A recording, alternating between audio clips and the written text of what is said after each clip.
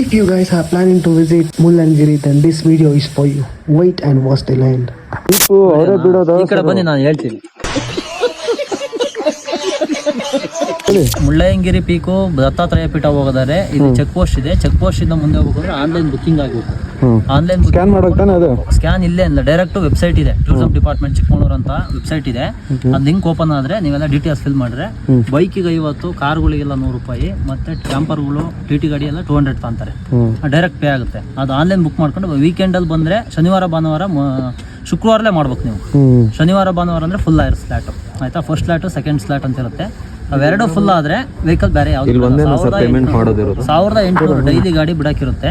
ಅದ್ರ ಮೇಲೆ ಬಂದ್ರೆ ಬಿಡೋದಿಲ್ಲ ಆಯ್ತಾ. ಅಷ್ಟು ಶನಿವಾರ ಭಾನುವಾರ ಮಾತ್ರ ಜಾಸ್ತಿ ಇರುತ್ತೆ. ಇದು ಮಾಮೂಲಿ ದಿವಸ ಕಡಿಮೆ ಇರುತ್ತೆ. ಎಲ್ಲ ನಿಮ್ಮ ಜನಗಳಿಗೆ ಎಲ್ಲರಿಗೂ ಗೊತ್ತಾಗಲಿ ಕಳಿಸ್ಬಿಡಿ ಆಯ್ತಾ. ಚಿಕ್ಕಮಗಳೂರು ಬಗ್ಗೆ ಎಲ್ಲ ಗೊತ್ತಿರಬೇಕು. Thank you sir. ಆಯ್ತು.